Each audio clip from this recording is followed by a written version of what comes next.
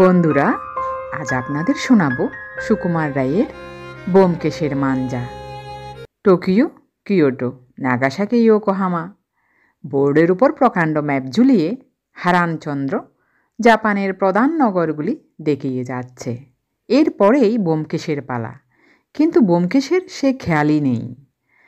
কাল বিকেলে ডাক্তারবাবুর ছোট্ট ছেলেটার সঙ্গে প্যাঁচ খেলতে গিয়ে তার দুটো ঘুড়ি কাটা গিয়েছিল।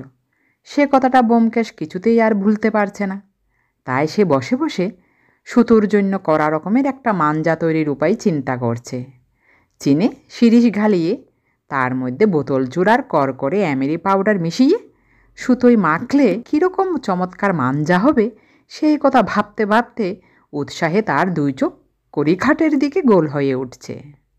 মনে মনে মাঞ্জা দেওয়া ঘুড়ি সুতোটা সবে তাল গাছের আগা পর্যন্ত উঠে আশ্চর্য কায়দায় ডাক্তারের ছেলের ঘুড়িটাকে কাটতে যাচ্ছে।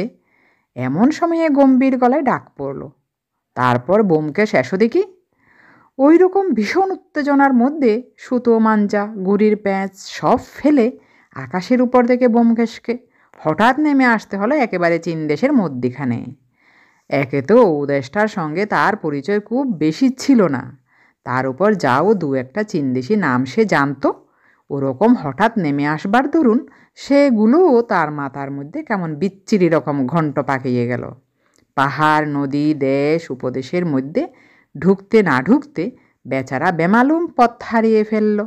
তার কেবলই মনে হতে লাগলো যে চীন দেশের চীনে শিরিষ, তাই দিয়ে হয় মাঞ্জা।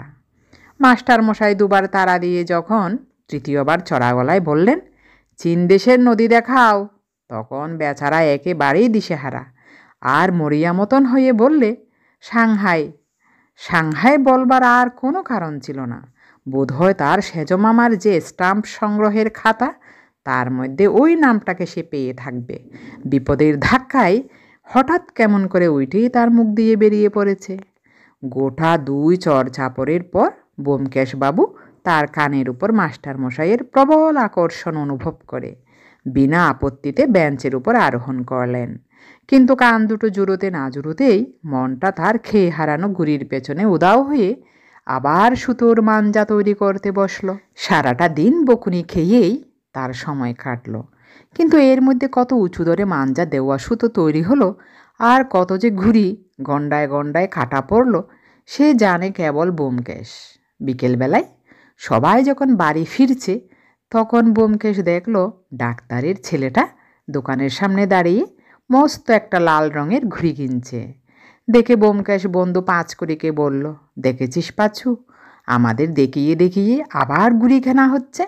এসব কিন্তু নেহাত বাড়াবাড়ি, না হয় দুটো ঘুড়িই কেটেছিস বাপু, তার জন্যে এত কি গ্রিম বাড়ি। এই বলে সে পাঁচুর কাছে তার মাঞ্জা তৈরির মতলবটা খুলে বলল। শুনে পাঁচু গম্ভীর হয়ে বলল, তা যদি বলিস, তুই আর মাঞ্জা তৈরি করে ওদের সঙ্গে পারবি ভেবেছিস? ওরা হলো ডাক্তারের ছেলে, নানা রকম ওষুধ মশলা জানে। এই তো সেদিন ওর দাদাকে দেখলুম, শানের উপর কি একটা আরক ঢেলে দিলে আর ভস ভস করে গেজালের মতো তেজ বেরোতে লাগলো। ওরা যদি মাঞ্জা বানায়, তাহলে কারো মাঞ্জার 7 দিনে যে তার সঙ্গে পেরে ওঠে। শুনে ব্যোমকেশের মনটা কেমন দমে গেল। তার ধ্রুব রকম বিশ্বাস হলো যে ডাক্তারের ছেলেটা নিশ্চয় কোনো আশ্চর্য রকম মাঞ্জার খবর জানে। তা নইলে ব্যোমকেশের চাইতেও 4 বছরের ছোট হয়ে সে কেমন করে তার ঘুড়ি কাটল। ব্যোমকেশ স্থির করল, যেমন করে হোক ওদের বাড়ির মাঞ্জা খানিকটা জোগাড় করতেই হবে। সেটা একবার আদায় করতে পারলে তারপর সে ডাক্তারের ছেলেকে দেখে নেবে। বাড়ি গিয়ে তাড়াতাড়ি জল খাবার সেরে নিয়ে ব্যোমকেশ দৌড়ে গেল ডাক্তারবাবুর ছেলেদের সঙ্গে আলাপ করতে। সেখানে গিয়ে সে দেখে কি, কোণের বারান্দায় বসে সেই ছোট্ট ছেলেটা একটা ডাক্তারি থলের মধ্যে কি যেন মশলা ঘুটছে। ব্যোমকেশকে দেখে সে একটা চৌকির তলায় সব লুকিয়ে ফেলে সেখান থেকে সরে পড়ল। ব্যোমকেশ মনে মনে বললে, বাপু হে, এখন আর লুকিয়ে করবে কি, তোমার আসল খবর আমি পেয়েছি। এই বলে সে এদিক ওদিক তাকিয়ে দেখলে কোথাও কেউ নেই। একবার সে ভাবল, কেউ আসলে এর একটুখানি চেয়ে নেব। আবার মনে হলো, কি জানি, চাইলে যদি না দেয়। তারপর ভাবলে, দূর, ভারী তো জিনিস, তা আবার চাইবার দরকার কি, এই এতটুকু মাঞ্জা হলেই প্রায় 200 গজ সুতোয় শান দেওয়া হবে। এই ভেবে সে চৌকির তলা থেকে এক খাবল মশলা তুলে নিয়েই এক দৌড়ে বাড়ি এসে হাজির। আর কি তখন দেরি হয়? দেখতে দেখতে দক্ষিণের বারান্দা জুড়ে সুতো খাটিয়ে মহা উৎসাহে মাঞ্জা দেওয়া শুরু হলো। যাই বলো, মাঞ্জাটা কিন্তু ভারী অদ্ভুত। কই তেমন করকর করছে না তো, বোধ হয় খুব মিহি গুঁড়োর তৈরি, আর কালো কাঁচের গুঁড়ো। দুঃখের বিষয়, বেচারার কাজটা শেষ না হতেই সন্ধ্যা হয়ে এলো। আর তার বরদা এসে বললে, যা যা, আর সুতো পাকাতে হবে না, এখন পরগে যা। সে রাত্রিরে ব্যোমকেশের ভালো করে ঘুমই হলো না। সেই স্বপ্ন দেখলো যে ডাক্তারের ছেলেটা হিংসে করে তার চমৎকার সুতোর জল ফেলে সব নষ্ট করে দিয়েছে। সকাল হতে না হতে ব্যোমকেশ দৌড়ে গেল তার সুতোর খবর নিতে।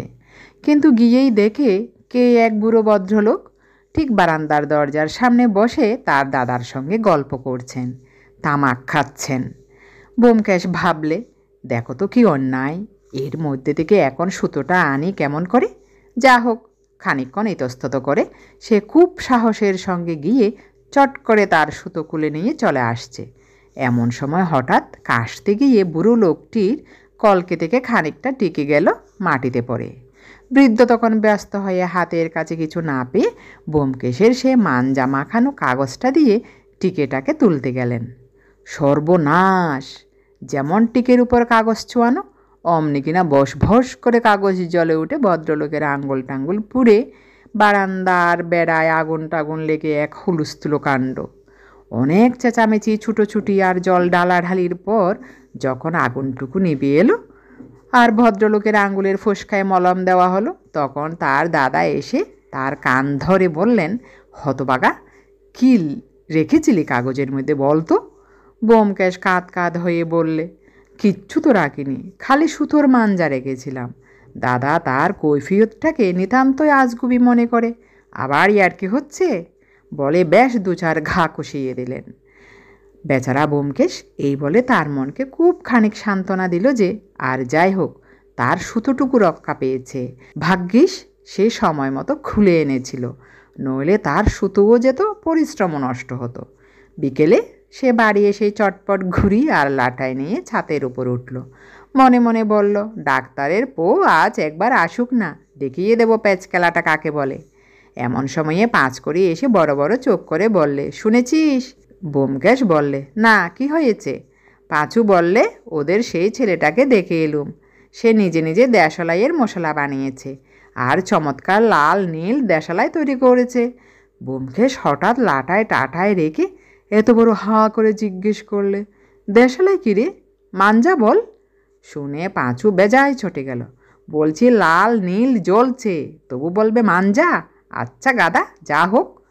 ব্যোমকেশ কোনো জবাব না দিয়ে দেশালাইয়ের মশলা মাখানো সুতোটার দিকে ফেল ফেল করে তাকিয়ে রইল। সেই সময় ডাক্তারদের বাড়ি থেকে লাল রঙের ঘুড়ি উড়ে এসে ঠিক ব্যোমকেশের মাথার উপরে ফরফর করে তাকে যেন ঠাট্টা করতে লাগলো। তখন সে তাড়াতাড়ি নিজের ঘরে বিছানায় গিয়ে শুয়ে পড়ল, বলল, আমার অসুখ করেছে।